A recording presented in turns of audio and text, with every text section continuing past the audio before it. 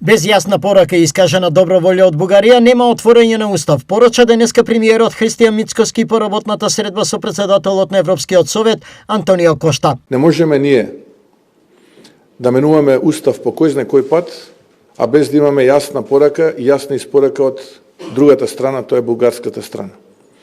Никој кај нас нема проблем да, како дел од преамбулата, ги вметне, да речеме, хрватите, црногорците, словенците и останатите. Затоа што имаме принципиелен однос со тие држави. Дури ни португалците, ни шпанците, ни французите, немаме ние таков проблем. Не сме ние таква влада, нити такви граѓани, нити пак таков народ. Но да, имаме проблем. И затоа сакаме да разговараме за да го решиме тој проблем. И ова е двонасочна улица. Ако испорачува едната страна континуирано, а другата ништо, тогаш нема цел, нема поента. На прашањето дали Европската унија има план Б за надминување на барањата на Бугарија, Кошта беше дециден дека Македонија треба да се фокусира на планот А. Не треба да го потценуваме планот А и мора да се фокусираме на испорака на планот А. Како што кажав, знаеме кои се копенхашките критериуми, знаеме кои се претходните одлуки од страна на Европскиот совет, знаеме што беше договорено во 2022 година и мора да го испорачаме тоа. И јас совршено добро сваќам кога премиерот вели дека веќе е променето знамето, името на нашата држава, кога вели дека имало измени во уставот.